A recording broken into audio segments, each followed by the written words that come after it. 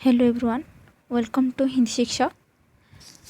हम previous class में नागार्जुन जी के बारे में और उनके साहित्यिक रचनाएं उपन्यास के बारे में हम डिस्कस कर रहे थे। हम क्या कर रहे थे प्रीवियस क्लास में, क्या डिस्कस कर रहे थे नागार्जुन जी के बारे में, उनके जीवन मतलब उनके व्यक्तित्व और उनके रचनाएं के बारे में, कृतित्व के बारे में। जे कि आधुनिक हिंदी साहित्य में नागार्जुन को प्रमुख प्रगतिशील रचनाकार के नाम से जाना जाता है और उन्होंने हिंदी में प्रगतिवादी साहित्य की श्रीबुद्धि में विशिष्ट भूमिका नहीं बल्कि नई दिशा की दी है। और नागार्जुन का जन्म कब हुआ था मैंने बताई थी 1911 ईस्वी में ज्येष्ठ मास की पूर्णिमा में सतलखा ननिहाल में, मधुबनी जिला दरभंगा बिहार में। उनका जन्म का नाम बैद्यनाथ मिश्र था और इनके पिताजी का नाम श्री गोकुल मिश्र, जो कि तोरनी गांव के तोरनी गांव में रहते थे। और नागार्जुन की प्रारंभिक शिक्षा स्थानीय संस्कृत पाठशाला में हुई थी और नागार्जुन सन 1936 में श्रीलंका गए थे और उन्होंने वहाँ पर बौद्ध धर्म की दीक्षा ले ली थी। यह हम डिस्कस कर रहे थे प्रीवियस क्लास में। और वहाँ से 1938 में वापस स्वदेश लौट आए थे और नागार्जुन ने साहित्य की हर विधाओं में लेखनी चलाई थी। और ये भी मैं बताई थी कि उनकी प्रमुख काव्य कृतियाँ का नाम क्या है। युगधारा, सतरंगे पंख वाली, प्यासी पत्थर आँखें, तालाब की मछलियाँ, तुमने कहा था, वंदना, हजार हजार बाहुबलियाँ, ये सब उनके काव्य हैं। और उनके हिंदी उपन्यास जगत में भी अपनी स्वतंत्र परिचय बनाई थी, जैसे नई पौध, बाबा वटेश्वरनाथ। अपनी उपन्यास का नाम क्या है मैं ऑलरेडी बता चुकी हूँ प्रीवियस क्लास में, और वो भी मैं विस्तार से उस उपन्यास के रिलेटेड मैं विस्तार से बता चुकी हूँ, आप देख लीजिएगा प्रीवियस क्लास में। उनके उपन्यास जो है नई पौध, बाबा वटेश्वरनाथ, वरुण के बेटे, दुखमोचन, कुंभीपाक, हीरक जयंती, उग्रतारा, इमतरिया, पारो, गरीबदास, ये उनके उपन्यास है जो मैं ऑलरेडी बता चुकी हूँ विस्तार रूप से। सहजता, नागार्जुन के काव्य की विशेषता यह है कि सहज रूप में उन्होंने काव्य लिखे हैं और जटिल से जटिल भाव भी नागार्जुन के लेखन के निकल कर सहज प्रभाव डालने में सफल हो जाते हैं। और उनकी जो काव्य भाषा है वो किसान की तरह मतलब निर्मल और खराबपन है, ये हम डिस्कस कर चुके हैं। अब हम उनके प्रमुख कहानी संग्रह के बारे में डिस्कस करेंगे। उनके कहानी संग्रह का नाम क्या है, कौन से कहानी संग्रह लिखे हैं, उस कहानी संग्रह के विस्तार रूप से भी हम डिस्कस करेंगे। तो चलिए, तो क्लास शुरू करने से पहले क्लास को लाइक कीजिए, ज़्यादा से ज़्यादा शेयर कीजिए, और यदि मेरे चैनल में नए आए हैं तो सब्सक्राइब कीजिए और बेल आइकन को प्रेस कीजिए ताकि मेरी ऑल क्लास आप सभी को नोटिफिकेशन मिल जाएगी। तो चलिए डिस्कस करेंगे। तो नागार्जुन की जो कहानी संग्रह है वो मतलब विराट और व्यापक धरातल पर प्रतिष्ठित होती है और विशालता और संवेदना की यह व्यापकता मानवीय संबोध में भी अत्यंत समाहित होती है। इसी तरह ही नागार्जुन एक सजग कथाकार है। तो नागार्जुन की ख्याति उपन्यासकार और सजग कवि के रूप में ही रही है। इस दो विधाओं में नागार्जुन प्रवीणता संपन्न भी है और ऐसा शायद दूसरा कोई न हो, इसीलिए नागार्जुन जी ने कविता प्रियतम रही है, जो सोते जागते उठते उनके दिलो दिमाग में हृदय पर स्वामित्व रखती है। और नागार्जुन ने गद्य में, उपन्यास विधा में लघु उपन्यासों के जरिए लोगों के बीच में आए हैं और साहित्य की अन्य विधाएं उन दो विधाओं के सामने भी कमजोर दिखने को मिलती है। और कुछ प्रकार की आलोचना से यह मान लेना चाहिए कि उनकी जितनी साहित्यिक विधाएं हैं उस विधाओं का महत्व नहीं। नागार्जुन ऐसे रचनाकार हैं जिनकी कृतियाँ किताबी ज्ञान पर आधारित नहीं है, तो उन्होंने अपने जीवन में जो कुछ भोगा है, सहा है, देखा है, वही अपने शब्द में बुनकर हमारे सामने किसी रचना के रूप में प्रस्तुत करते हैं। तो इनकी हर रचना में जीवन का अनुभूत सत्य छिपा है जो केवल पूरे ज्ञान पर आधारित नहीं है। तो नागार्जुन की कहानी साहित्य में पूर्ण का गुण गुणों का निर्वाह दिखने को मिलता है, लेकिन नागार्जुन ने कहानी क्षेत्र में अपनी कलम कम चलाई है, लेकिन उनने जिस विषय को अपनी कहानी का दर्जा दिया है उन कहानी में मानव जीवन का सच्चा विशिष्ट पहलू मुखरित होता है। तो इसके कारण नागार्जुन का कहानी साहित्य में विशेष महत्व दिखने को मिलता है। और नागार्जुन की जो पहली कहानी असमर्थ दाता जो कहानी है, तो ये याद रखिए, नागार्जुन की जो पहली कहानी है वो कहानी का नाम क्या है? असमर्थ दाता, जो 1935 में लिखी गई थी, जो मूलतः हिंदी में लिखा हुआ था। और उनकी कहानियों का संग्रह आसमान में चंदा तैरे सन 1982 में प्रकाशित हुआ था, जिसमें केवल 12 कहानियाँ संकलित है। तो उनके जो कहानी संग्रह है वो है आसमान में चंदा तैरे। ये 1982 में प्रकाशित हुआ था, नोट कीजिए, याद भी रखिए। जो कि आसमान में चांद तैरे जो कहानी संग्रह है, इसमें 12 कहानियाँ दिखने को मिलता है। और उनके पहले कहानी है असमर्थ दाता, जो कि 1935 में प्रकाशित हुआ था। पहले हम देखेंगे असमर्थ दाता इस कहानी में क्या है ना। असमर्थ दाता जो कहानी है ये दीपक नामक पत्रिका में 1936 में प्रकाशित हुआ था। और इस कहानी की कथा वस्तु एक छोटी भिखारिन लड़की के साथ जुड़ी हुई है। और कहानी का मुख्य पात्र स्वयं आर्थिक दृष्टि से इतना असमर्थ है कि छोटी बालिका के माँ की दर्द भरी कहानी सुनने के बाद भी वो ज़्यादा दान नहीं दे सकता है। तो बालिका की माँ को बीमार अवस्था में देखकर कथानायक द्रवित हो उठता है। बाद में वो दान के रूप में 1 रुपये 2 आने देता है और उनको ज़्यादा दान न देने की पीड़ा भी होती है। तो ये कथानायक संवेदनशील होकर भी असहाय दिखने को मिलता है इस कहानी में। उसके बाद जो कहानी है वो कहानी है ताप हरिणी। ताप हरिणी कौमी बोली में लिखी गई है। कौमी बोली में, ये याद रखिए, ताप हरिणी कौमी बोली में लिखी गई है। 1945 में प्रकाशित हुआ था। वो एक घटना प्रधान कहानी है। इस कहानी में नागार्जुन और उसकी पत्नी अपराजिता पटना के आवास में गंगा स्नान के लिए जाते हैं, लेकिन वहाँ पर आदमियों की भीड़ देखकर अपराजिता स्नान करने में संकोचाती है। वो सोचती है कि सब पुरुष की आंखें उन पर गड़ी हुई है।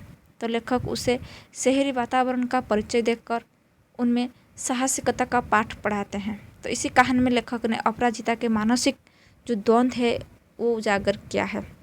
उसके बाद नेक्स्ट जो कहानी है वो विशाखा मुर्गार माता।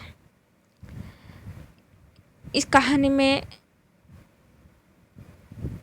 नागार्जुन जी ने बौद्ध धर्म से प्रभावित होकर ये कहानी विशाखा मुर्गार माता परिजात नामक पत्रिका में, विशाख मुर्गार माता जो कहानी है ये कहानी परिजात नामक पत्रिका में प्रकाशित किए थे। कब?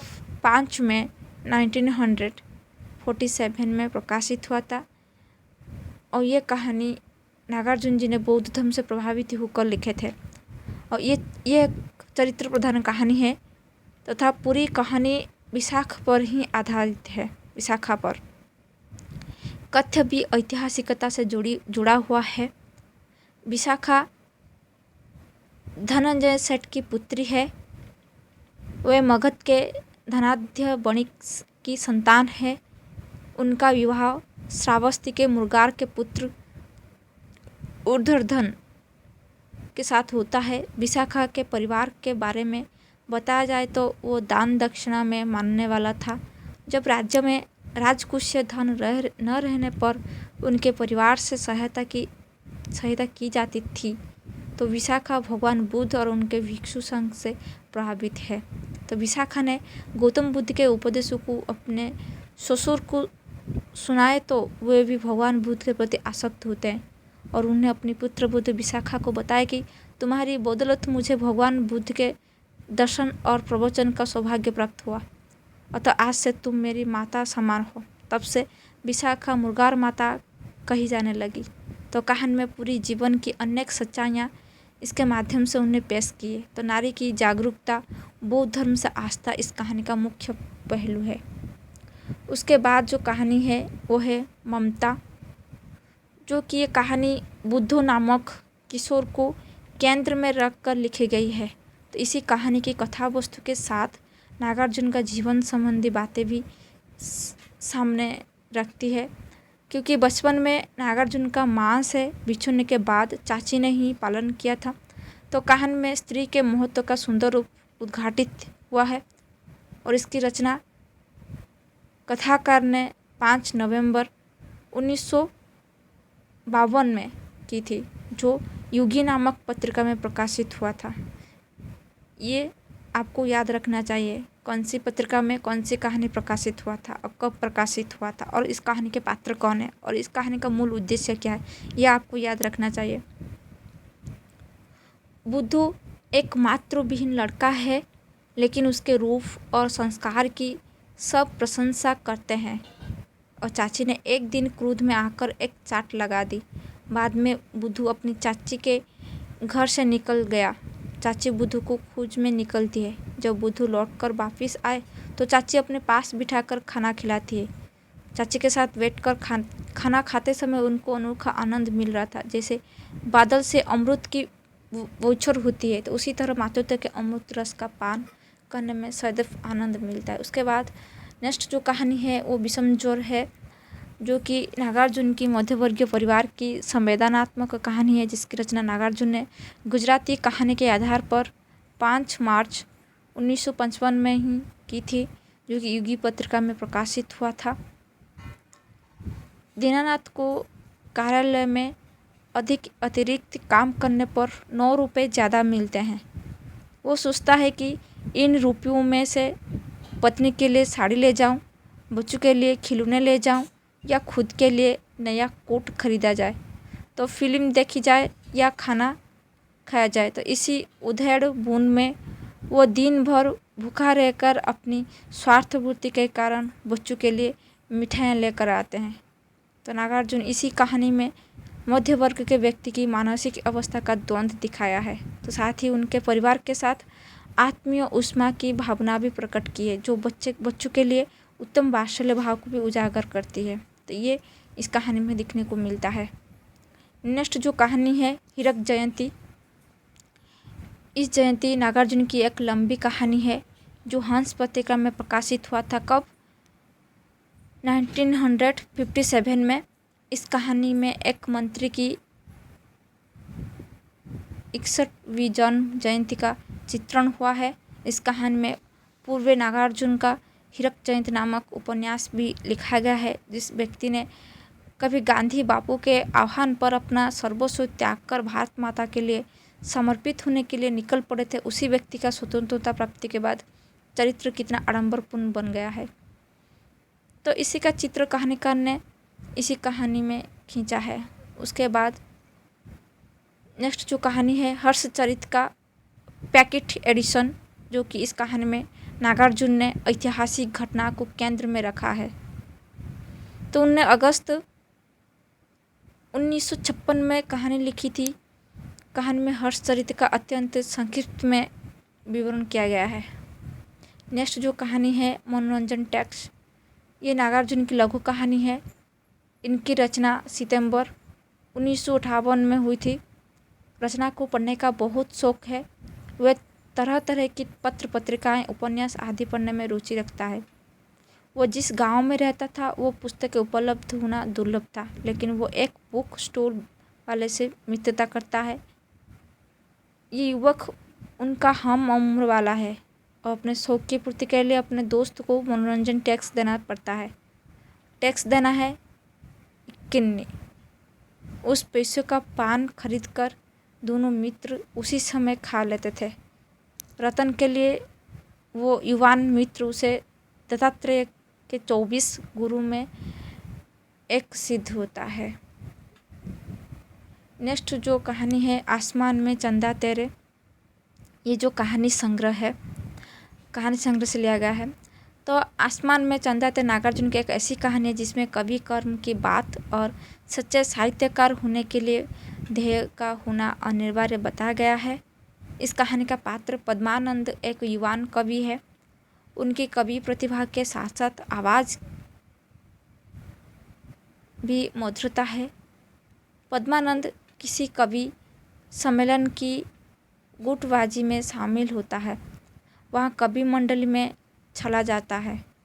पद्मानंद अपनी पुस्तक को प्रकाशित करवाने के लिए पत्नी के गहनों में बेच देते हैं और फिर आर्थिक संकट से प्रताड़ित रहता है।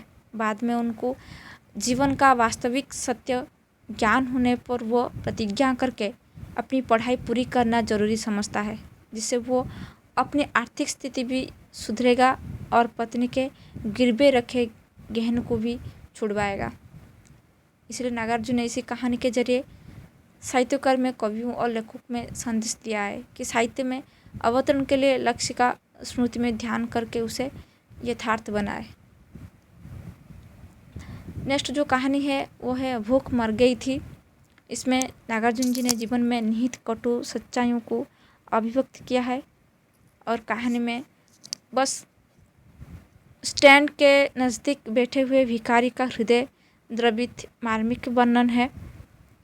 वृद्ध को देखकर लोग उन्हें कुछ खाना भी देते हैं, तब वो बुद्ध भिखारी पश्चाताप करता हुआ अपनी जीवन गाथा सबको सुनाता है।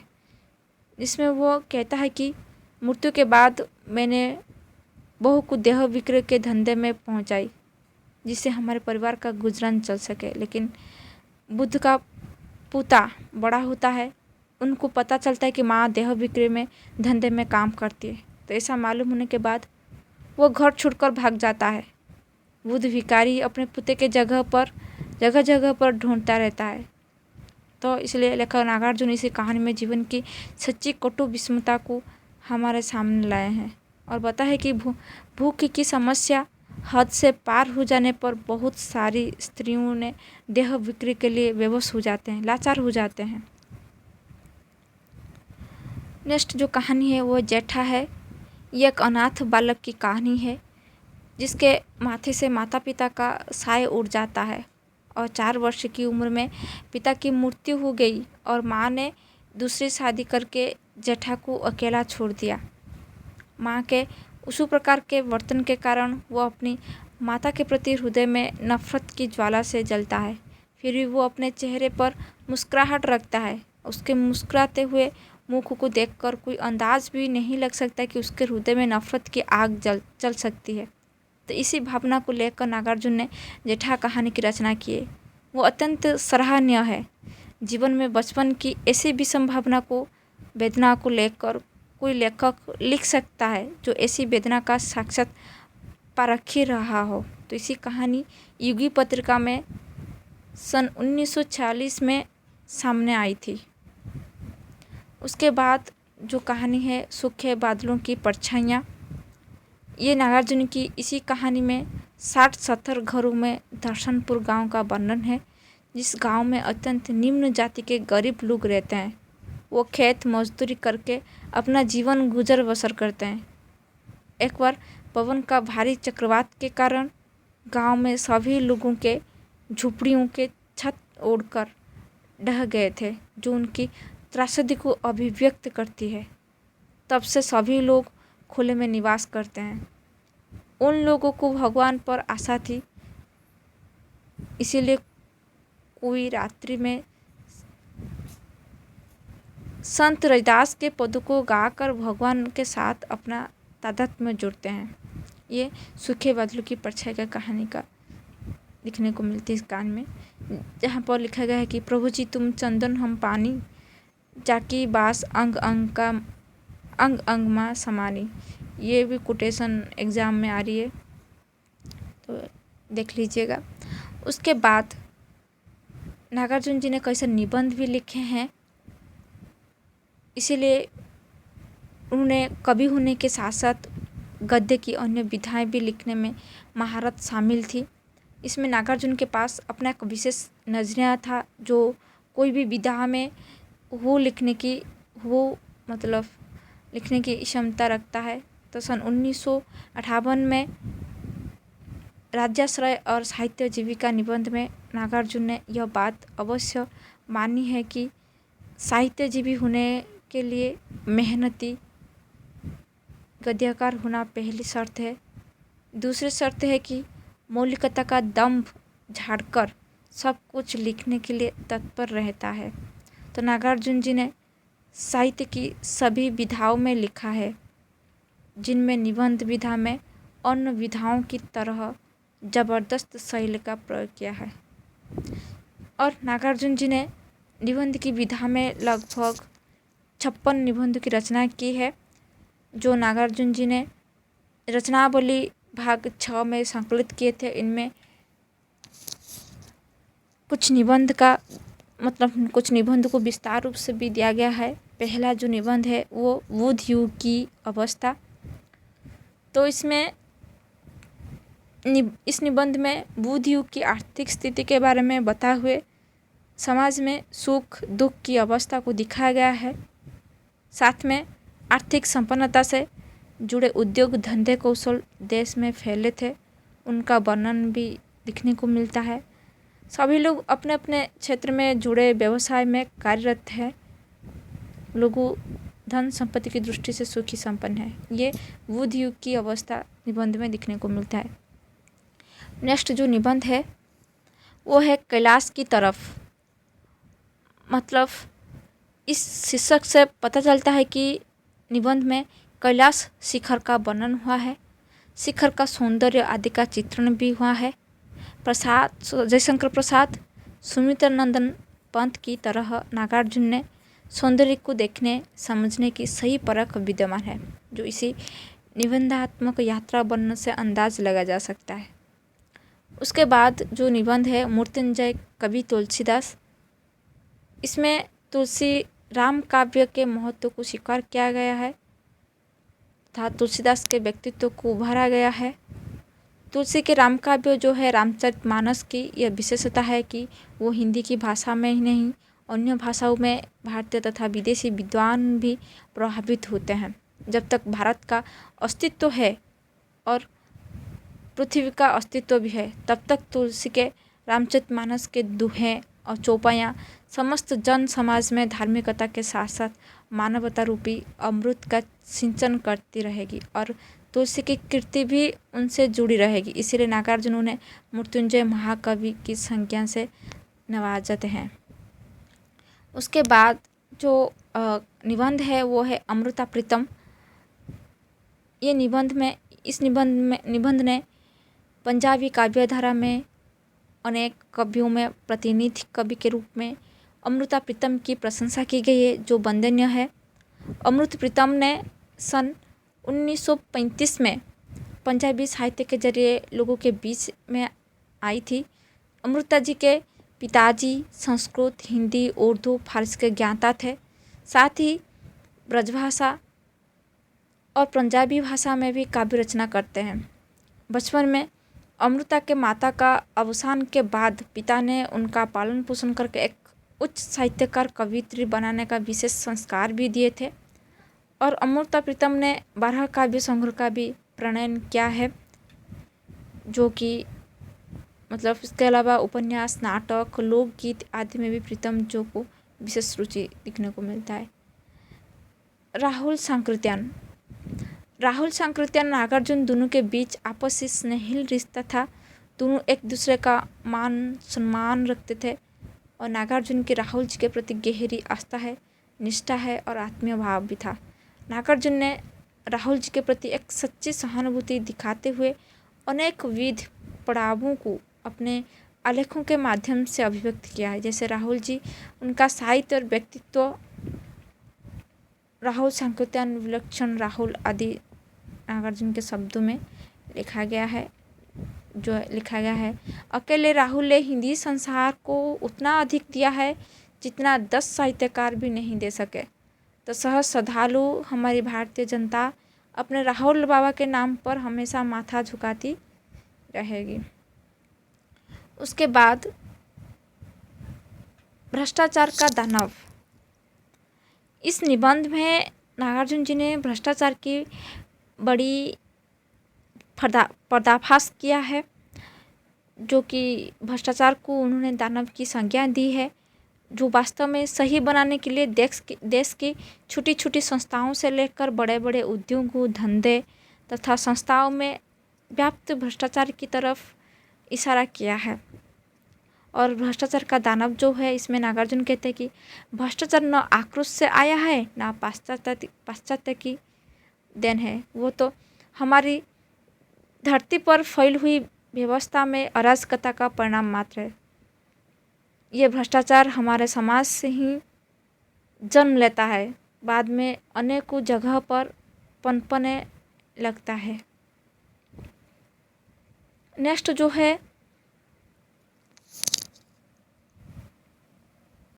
जो निबंध है वो है वंदे मातरम।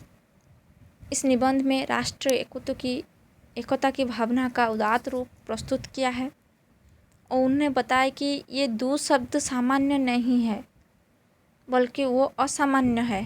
तो वंदे मातरम शब्द में देश के प्रति जिम्मेदारी तथा देश प्रेम का उत्साह, जज्बा दिखने को मिलता है। उसके बाद प्यारे हरिश्चंद्र की कहानी।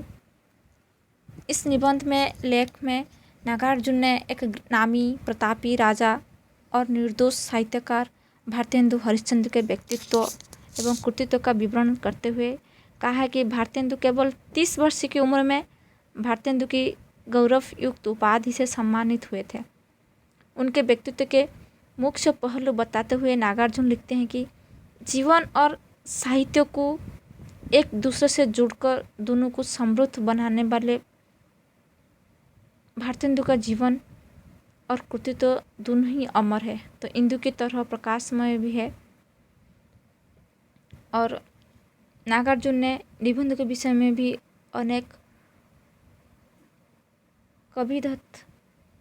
अनेक विधता प्रस्तुत की है और उन्हें करीब 56 निबंध लिखे। इतना कुछ नहीं है, लेकिन अपने निबंध में अनेक विषयों में जुड़कर अपना तर्क चिंतन हिंदी साहित्य को दिया है, जो निबंध की विधा को प्रौढ़त्व प्रदान करती है। और नागार्जुन ने धार्मिक, सामाजिक, सांस्कृतिक और व्यक्तित्वपरक निबंध भी लिखे हैं, जिसके विचार और शीर्षक सराहनीय है। और उनके अधिकांश निबंध में व्यक्ति केंद्रित है, जिसे महाकवि तुलसीदास, यशपाल, अमृता प्रीतम, महाकवि बलतुल, बालकृष्ण शर्मा, नवीन, प्रेमचंद, भारतेंदु, फणीश्वरनाथ रेणु, पंडित जगन्नाथ आदि शामिल थे। इसके अतिरिक्त अवध युग के आर्थिक अवस्था जो है, सरस्वती का अपमान, अनहीनम, क्रियाहीनम, हिंदी की छाती पर, भ्रष्टाचार का दानव आदि निबंध में नागार्जुन का तार्किक वैचारिक पक्ष सशक्त रूप में मुखर होता है। इसलिए नागार्जुन एक निबंधकार के रूप में अपने अस्तित्व को स्थिरता प्रदान करते हैं। और नागार्जुन के निबंधों की विशेषता जो है वो बताते हुए राम निहाल गुंजन ने लिखा है कि दरअसल भटकते भटकते नागार्जुन वहाँ पहुँचे जहाँ उनकी अपनी जमीन थी। इसलिए उनके कुछ निबंध में वे हल्के फुल्के ढंग से भी बात कहते हैं, लेकिन उनकी विषय वस्तु जीवन से ही उठाई है। उसके बाद उन्होंने अनुवाद किए हैं। जिस प्रकार से प्रेमचंद जी का पूरा जीवन, उसके बाद उन्होंने अनुवाद किए हैं। जिस प्रकार से प्रेमचंद जी का पूरा जीवन आर्थिक विपन्नता से व्यतीत हुआ है, उसी प्रकार नागार्जुन जीवन के अर्थाभाव की परिस्थिति घेरती रही है। इनके फलस्वरूप नागार्जुन ने अनुवाद की नौकरी भी स्वीकार की थी। वे अलग अलग भाषाओं से ज्ञाता थे। उनका 1948 में संस्कृत रचनाकार जयदेव के गीतगोविंद का भावानुवाद इलाहाबाद से प्रकाशित किया था।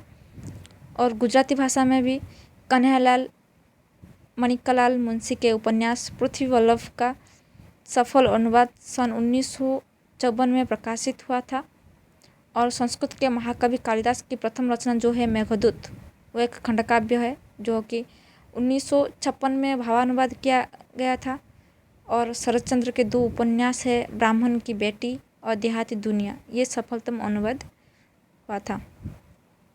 इसके अतिरिक्त वैद्यनाथ मिश्र जी ने सन 1965 में विद्यापति के 100 गीतों का भावानुवाद किया था, जो 100 गीत विद्यापति के रामलुचन पंकिट बॉक्स पटना से प्रकाशित हुआ था। तो विद्यापति के गीत नामक एक संग्रह है जो सन 1972 में हिंदी पॉकेट बुक्स में प्रकाशित हुआ था। और 1979 में इसका पुस्तकाकार संस्करण भी छपा हुआ है। और नागार्जुन एक सफल अनुवादक की भांति अपनी मौलिक विशेषताएं भी अपने अनुवाद के जरिए प्रस्तुत किए हैं। उसके बाद उन्होंने कई नाटक की भी रचना किए हैं, जो कि 2 नाटक की रचना की हैं। और 2 नाटक की जो कथा वस्तु है ये एक ऐतिहासिक को समावित हुआ है। और उनके दोनों नाटकों का संक्षिप्त विवरण भी दिया गया है। देखिए, पहला नाटक जो है अनुकंपा, जो कि नागार्जुन की एक लंबी कविता जो चंदना, तो चंदना को केंद्र में रखकर कथा वस्तु संगठित की गई थी। लगभग वही कथा वस्तु अनुकंपा नाटक में देखने को मिलती है। और नाटक 4 दृश्यों में विभाजित है। और कथानक का जो कहानी का जो कथानक जो शुरू होता है वो 2500 वर्ष पूर्व कौशाम्बी में दास दासियों की बिक्री से हुआ है। सेठ धनाभ 12 वर्षीय सुंदरी खरीदते हैं। वे सुंदर है, मुर्दुल आवाज़ भी है, पैर में नुपुर, हाथों में कंगन, कटी में मेखला दिखने को मिलता है। और एक दिन सेठ धनाभ बाहर से आते हैं, तब चंदना सुंदरी झाड़ी में पानी भरकर उनके पैर धोने लगती है। तब उसके मुक्त कुंतल भूमि पर लौटने की होते हुए कि सेठ उसकी केश राशि को समेटकर उन्हें उसकी पीठ पर जुड़े की शकल में बांध लेते हैं। तो इसी प्रसंग को सेठानी देखती है और उसके गहने और कपड़े उतारकर उसे टाट का वस्त्र पहना देती है। बाल कटवा कर उसे तहखाने में डाल दिया जाता है। और नगर में महाश्रवण निगंठनाथ पुत्र वर्धमान की प्रतीक्षा की जाती है और चर्चा होती है कि उनकी अनुकंपा का पात्र कौन होगा। तभी एक बुद्ध कहता है कि दूसरे साधुओं की भांति यह महामुनि केवल ऐसे संपन्न तथा कुलीन दाताओं के नहीं खोजते फिरते, दलित पीड़ित उपेक्षित अवहेलित मानवता को अपनी अनुकंपा का अवसर देने में आप महाश्रवण बेजुड़े। तो चंदना जा रहे महाश्रवण की अंजलि में कुल्थी के दाने डाल देती है। तत्पश्चात चंदना को मुक्त किया जाता है। धनाभ और सेठ चंदना से क्षमा याचना करते हैं तथा चंदना महाश्रवण के साथ प्रस्थान करती है। ये जो नाटक है, लघु नाटक का उद्देश्य चंदना की त्रासदी और महाश्रवण की उस पर की गई अनुकंपा को व्यंजित करना है। तो नागार्जुन के नाटकों में तत्कालीन परिवेश का सफल चित्रण दिखने को मिलता है। उसके बाद जो नाटक है निर्णय, ये एक लघु नाटक है। ये नई धारा पत्रिकाओं में सन 1955 में प्रकाशित हुआ था। इसका कथानक गुप्त काल पर आधारित है। तो चंद्रगुप्त ने अपने जीवन के उत्तरार्ध में 2 महत्वपूर्ण निर्णय लिए हैं। उनने विशेष मंत्रिपरिषद को निमंत्रित कर उनसे विचार विमर्श के पश्चात यह निर्णय लिया गया है कि गुप्त साम्राज्य का उत्तराधिकारी समुद्रगुप्त होगा। एवं दूसरे निर्णय के अंतर्गत अपने पुत्र कंचन गुप्त, जिसका आचरण कुल कलंकी एवं पतित है, उनको निष्कासन का दंड देना। महेंद्र का यह प्रश्न कि क्या एक पिता अपने पुत्र को इसी प्रकार दंड दे सकता है? तब चंद्रगुप्त के उत्तर में राज्य धर्म की झलक दिखने को मिलती है। वे कहते हैं कि वही बंधु, तुम भ्रांति में हो, पहले मैं उत्तरापद का सम्राट हूँ, पीछे पिता, परंतु ऐसे वितृष्टित संतान का पिता कहलाने में पूर्व मेरा अंत हो जाना ही अच्छा है। तो तुम्हें निष्कासन का दंड दे रहा हूँ, आज ही तुम्हें कुसुमपुर त्याग देना होगा। तो ये कथानक है, कहा गया है। तो इस नाटक में नागार्जुन का मूल उद्देश्य है कि गुप्त साम्राज्य के स्वर्णिम युग का रेखांकन करना रहा है। साथ ही गुप्त साम्राज्य में मंत्रिपरिषद के महत्व को दर्शाकर चंद्रगुप्त के पुत्र वात्सल से अधिक प्रजा वात्सल्य की गरिमा को प्रतिपादित करना भी है। तो नागार्जुन के दोनों नाटक रंगमंच को ध्यान में रखकर लिखा गया है और उनकी मंचयता स्वयं सिद्ध है। दोनों नाटक पात्रानुकूल एवं संवाद योजना भी सफल रहा है। उसके बाद नागार्जुन का जो बंगला साहित्य है, ये बांग्ला भाषा से सहज जुड़ाव पहले से ही था। उन्होंने काशी में रहते हुए बांग्ला वाङ्मय को बांग्ला में पढ़ना शुरू कर दिया। बाबा जी का यात्री नाम भी बांग्ला भाषा साहित्य की देन है। नागार्जुन पर बांग्ला भाषा की परंपरागत और आधुनिक रचनाओं का प्रभाव भी दिखने को मिलता है। सन 1945 से सन 1955 के समय बांग्ला भाषा की अनेक गद्य कृतियों का उन्हें हिंदी में अनुवाद किया है। तो बांग्ला के प्रसिद्ध रचनाकार, शांति और सौंदर्य के उद्गाता गुरुवर रविंद्रनाथ ठाकुर की पतन अभ्युदर बंधुर पंथा था, युग युग धावती यात्री, तुम चिर सारथी। तो पंक्ति से आकृष्ट होकर उन्होंने यात्री उपनाम से लेखन का प्रारंभ किया था। और नागार्जुन ने बांग्ला भाषा में लिखना सन 1978 से शुरू किया था और सन 1997 के अंत में मिलिट्री का बूढ़ा घोड़ा नाम से बांग्ला काव्य का देवनागरी और हिंदी अनुवाद का संग्रह छपा था। और अनुवाद के अनुवादक सुभाकांत भी है। मतलब ये जो हिंदी में अनुवाद हुआ था, उस अनुवाद के अनुवादक कौन है? उनके पुत्र सुभाकांत है। तो नागार्जुन रचनावली खंड 3 ही में 41 बांग्ला कविताएं भी संकलित किए हैं। उसके बाद नागार्जुन का जो बाल साहित्य है, इसमें अनेक विधाओं का साथ बाल परक साहित्य को भी स्थान दिया गया है। उनका हेतु बच्चों में खेल के साथ साथ पढ़ने के साथ कुछ मूल्य भी सिखाया जाए, इसीलिए बाल साहित्य की अवधारणा भी की है। नागार्जुन ने सन 1954 से 1955 में पटना में स्थित रहते हुए रामायण की कथा लिखी, जो मर्यादा पुरुषोत्तम नाम से प्रकाशित हुई है। उन्होंने सन 1958 में कथा मंजरी और सन 1978 में सयानी कोयल नाम से बच्चों के लिए एक कहानियाँ का संग्रह लिखा, जो दिल्ली से प्रकाशित हुआ था। इसलिए उनके सयानी कोयल नामक कहानी संग्रह में कहानियों की भाषा बच्चों के लिए समझने में सरल और सुबोध है। और बाल कहानियों में सैनिक की भिड़ंत, यमराज से दुख, पारितोषिक, अभिनेता, तुम का खेल, अद्भुत टापू, आसमान में चंदा तेरे, दया आती, ये दिखने को मिलता है। और अद्भुत टापू जो है वो सन 1966 में प्रकाशित हुई थी। उनमें 2 कहानियाँ हैं। तुमको का खेल में बच्चों को कविता लिखने के लिए खेल खेल में यात्रा गिनना सिखाने की तरकीब बनाई गई। एक लंबी बाल कथा है, वो है वीर विक्रम। ये सन 1956 में प्रकाशित हुआ था। उनकी भांति प्रेमचंद की जीवनी, ये सन 1962 में प्रकाशित हुआ था। वो भी बाल साहित्य के भीतर भी लिखी गई है। तो नागार्जुन ने इसी जीवन में प्रेमचंद का परिचय बच्चों से करवाने की आशा से लिखी है। इनमें बताया गया है कि प्रेमचंद बचपन से लेकर नामी लेखक हुए, उनका सहज ही चित्रण से। तो जीवन की अंत में नागार्जुन ने जो स्वप्न दिखा है, जिसमें वे प्रेमचंद जी से बातचीत करते हुए बताए हैं। और प्रेमचंद से नागार्जुन कई प्रश्न भी पूछते हैं। उनका सीधा सरल वर्णन भी दिखने को मिलता है। उसके बाद नागार्जुन का जो मैथिल साहित्य है, वो है,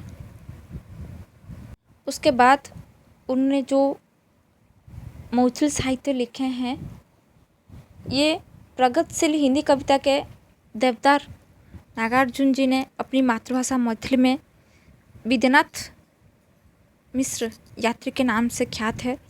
मैथिली भाषा में नागार्जुन ने 2 काव्य संग्रह और 3 उपन्यास लिखे हैं जो प्रकाशित हुए हैं।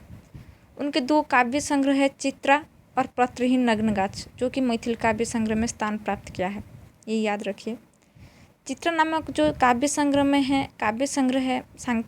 में यात्री की 28 कविताएं संकलित है, जिनका प्रकाशन सन 1949 में इलाहाबाद से कई संस्करण में प्रकाशित हुआ था। इसी काव्य संग्रह के लिए यात्री के सन 1968 में साहित्य अकादमी पुरस्कार से नवाजा गया था। और उनका दूसरा जो काव्य संग्रह है वो पत्रहीन नग्नगाछ है। इनको 2 भाषाओं में प्रकाशित किया गया था। पत्रहीन नग्नगाछ को सन 1981 में पत्रहीन नग्नगाछ का हिंदी में अनुवाद सोमदत्त ने किया था। इसी अनुवाद के फलस्वरूप नागार्जुन की मैथिली कविताएं भी पढ़ी जाने लगी।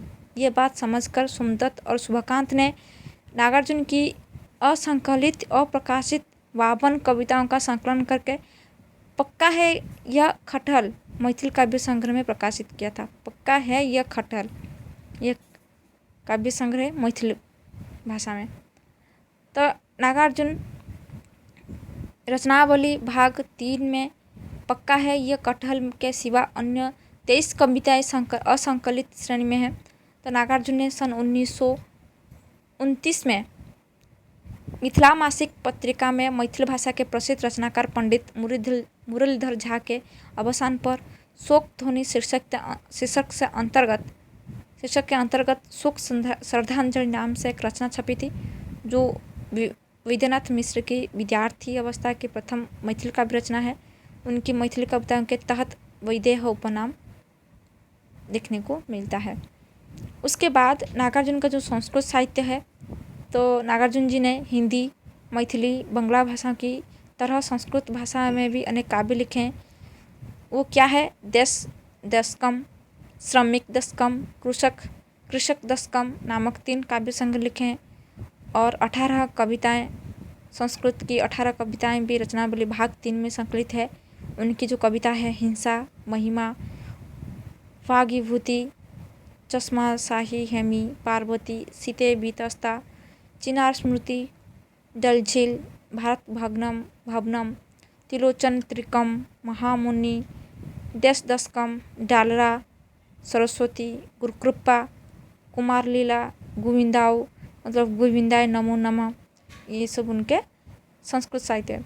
तो संस्कृत कविताओं के अलावा उन्होंने सिंहली लिपि में धर्मलोक शतकम संस्कृत लघु काव्य लिखा है। उसके बाद उनकी जो जीवन साहित्य है, तो नागार्जुन एक प्रगतिशील रचनाकार के रूप में ख्याति प्राप्ति कर चुके हैं। तो उन्हें प्रगतिशील लेखक होने के नाते साहित्य की सभी विधाओं पर अपनी लेखनी चलाकर मानवता की बात कही है, आम जनता का पक्ष लिया है। तो नागार्जुन ने महाप्राण निराला के जीवन प्रसंग का रेखांकन एक व्यक्ति एक युग शीर्षक के अंतर्गत किया है। और निराला जी का असाधारण व्यक्तित्व देश शीर्षक में वर्णित है। तो शीर्षक की पसंदगी में भी निराला के व्यक्तित्व कृतित्व भी दिखने को मिलती है। तो इस जीवन के शीर्षक जो है, क्रमानुसार जीने की पहली शर्त, आत्म प्रतिष्ठा का संघर्ष, 3 प्रबल संस्कार, संतुलित रस चेतना, पीड़ितों के पक्षधर, दुर्धर्ष और अपराज्य और सुरती फाकोगेन, ये सब उन्होंने लिखे हैं। तो नागार्जुन ने महाकवि निराला के समग्र व्यक्तित्व का निरूपण इसी कृति में ही किया है। और निराला के प्रति समाज का जो उपेक्षा भाव है, उसकी तरफ नागार्जुन ने निर्देश भी किया है। तो निराला में मानवीय दृष्टिकोण और दानवीरता आदि मूल्य परक गुणों भी उपस्थित भी दिखाई दिया है। तो जिन्हें की पहली शर्त में निराला के अस्त व्यस्त अभाव से भरे जीवन का परिचय भी दिखने को मिलता है, तथा अंत में नागार्जुन ने स्पष्ट कहा भी है। तो निराला हमें अपने स्वरूप का ज्ञान करा गए हैं, वे दिखा गए हैं कि हिंदुस्तान में शुद्ध साहित्यकार कितना उपेक्षित एवं असहाय है। अगर साहित्यकार राजनीतिज्ञों का अनुगमन करने से हिचकिता है, तो भौतिक तौर पर उसका भविष्य अंधकारपूर्ण है। तो नागार्जुन ने अनेक धन लुलुप साहित्यकारों की कटु आलोचना की है। तो उनके प्रति अपना व्यंग्य शस्त्र का प्रयोग स्वाभाविक रूप में किया है, जो साधारण साहित्यकार के प्रति अपनी कृतज्ञता व्यक्त करते हैं। और निराला के प्रति राजनीतिज्ञों की उपेक्षा भाव से बाबा अत्यंत क्षुब्ध दिखाई देते हैं। यही क्षुब्धता नागार्जुन ने जगह जगह पर व्यंग के माध्यम से ही प्रकट की है। और श्रमनिष्ठा कलम के मजदूर की जीवनी शीर्षक के भीतर नागार्जुन ने महाकवि निराला को कलम का सच्चा निर्भीक मजदूर घोषित किया है। और निराला ने सदैव अपनी दृष्टि अपने लक्ष्य पर केंद्रित की है, और वो साहित्यकार के रूप में ही एक से उत्तम अनेक पुष्प साहित्य को खिलाकर लोगों में सच्ची मानवता प्रकट करने की आशा रखते हैं। और निराला अपने समस्त जीवन दौरान आर्थिक विपन्नता में घिरे रहे हैं, फिर भी निराला जी ने न किसी आगे अपना हाथ फैला है, न किसी से कुछ मांगा है। ये सच्चे साहित्यकार है कि उनके महान विशेषता निराला के चरित्र में ही विद्यमान है। उसके बाद महाशक्ति का साक्षात्कार में निराला ने कतिपय संस्मरण है। तो निराला के द्वारा एक दरिद्र व्यक्ति के आदर भेंट देना, एक पगली की देखभाल करना आदि निराला ने मानवता के प्रति सद्भाव सूचक है। तो एक व्यक्ति एक युग में नागार्जुन ने निराला की जीवनी प्रस्तुत की है, जिनमें निराला के अखड़पन का परिचय दिया है, और निराला की क्रांतिकारी विचारधारा, सहृदयता तथा दानवीरता की बात इसी जीवन में बिताई गई है, मतलब कहा गया है। उसके बाद जो है हिंदी कविता की सार्थक परंपरा में नागार्जुन अविस्मरणीय हस्ताक्षर है, और नागार्जुन को साहित्य जगत में बाबा कहा जाता है। ये याद रखिए, हिंदी साहित्य जगत में किसको बाबा कहा जाता है? नागार्जुन जी को। वे विविधता और संपन्नता के रचनाकार हैं। बुजुर्ग के साथ बुजुर्ग, जवानों के साथ जवान, बच्चों के साथ बच्चे दिखाई देते हैं। और उनकी कविता एक तरफ शिशु चिनार से बातें करती है, तो दूसरी तरफ कालिदास सच सच बतलाना कहकर जवाब तलब करती है। तो उनकी कविता के कई आयाम हैं। पहला आयाम सामाजिक, दूसरा राष्ट्रीय, तीसरा वैश्विक, जहाँ बाबा कवि देश और काल की सीमा से परे हो जाते हैं। तो नागार्जुन ने हिंदी, मैथिली, संस्कृत, बांग्ला में अनेक कविता लिखी हैं। तो उन्होंने कविता के अतिरिक्त उपन्यास, कहानी, आलोचना, बाल साहित्य, जीवनी आदि गद्य की अनेक विधाओं में लेखन सुपर ढंग से भी किया है। तो नागार्जुन ने एक व्यक्ति ही नहीं, अभी तक सशक्त विद्रोह का पर्याय है, जो सत्ता, व्यवस्था और पूंजीपतियों के प्रति व्यंग की धार लेकर प्रस्तुत हुए हैं। तो इसीलिए नागार्जुन को लोक जीवन से गहरा लगाव है। तो नागार्जुन आम आदमी की तरह दुख अनुभव को अपने साहित्य विधा का प्रधान तत्व स्वीकार करते हैं। उनके लेखन में जन भावना का सही प्रतिनिधित्व मिलता है। तो नागार्जुन के साहित्य में पूरे देश का मानचित्र उभरता है। तो उनका प्रगतिवाद व्यापक अर्थ में मानवीय है, फिर भी राष्ट्रीय है। उनकी लेखनी सच्चे भारतीय सरबराह की कलम है, जो खुद अपना नियता मानती है और बचपन से सतत संघर्षशील रहे। नागार्जुन ने देश विदेश की यात्राएं की हैं। वे बौद्ध भिक्षु और हिंदी कवि दोनों हैं। सन्यासी और परम गृहस्थ है, प्रज्ञावान है और अति सामान्य भी है। तो नागार्जुन को भी जनता कवि के रूप में कहा गया है। नागार्जुन जनता के कवि है, ये याद रखिए, नागार्जुन जनता के कवि है। मैं नेक्स्ट क्लास एक क्लास लूँगी नागार्जुन जी को जनता कवि क्यों कहा गया है। मैं नेक्स्ट क्लास में एक क्लास लूँगी, उस क्लास में मैं बताऊँगी। तो नागार्जुन का स्वर प्रबुद्ध जनता का स्वर है, और प्रेमचंद से भारतीय किसान मजदूर वर्ग के प्रति आत्मीयता, निराला सा पकड़पन, समाज विरोधी अनुचित बातों पर कबीर की तरह फटकार, सबका मिला जुला रूप है। तो नागार्जुन का ये दिखने को मिलता है। तो इसीलिए मतलब उनका व्यक्तित्व नहीं बल्कि कृतित्व में ही उनके कालजयी दिखने को मिलता है। ठीक है, ये था नागार्जुन जी के साहित्यिक परिचय के बारे में, उनके उपन्यास, कहानी, निबंध, नाटक, बाल साहित्य के बारे में। आई होप आप सभी को समझ में आया होगा। ये मैंने जो कहा ये नोट कीजिए और ये पढ़िए, बारंबार पढ़िए, याद रखिए, क्योंकि ये जो मैं नागार्जुन जी के बारे में पढ़ा रही हूँ ये OSTT exam, OSTT, UGC net, CBT exam के लिए आप सभी को बहुत हेल्पफुल करेगी। ठीक है, तो ये क्लास आप सभी को कैसे लगा कमेंट बॉक्स में कमेंट कीजिए, ज़रूर कीजिए कमेंट, और यदि लाइक कीजिए और ज़्यादा से ज़्यादा शेयर कीजिए, और यदि मेरे चैनल में नए आए हैं तो सब्सक्राइब कीजिए और बेल आइकन को प्रेस कीजिए ताकि मेरी सारी क्लास आप सभी को नोटिफिकेशन मिल जाएगी। ठीक है, thank you very much for watching this video. Next class में हम मिलेंगे। नागार्जुन जी के प्रमुख कविता बहुत दिनों के बाद, ये इंटरेस्टिंग कविता है, मैं लेकर आऊँगी आप सभी के लिए। ठीक है, thank you very much for watching this video.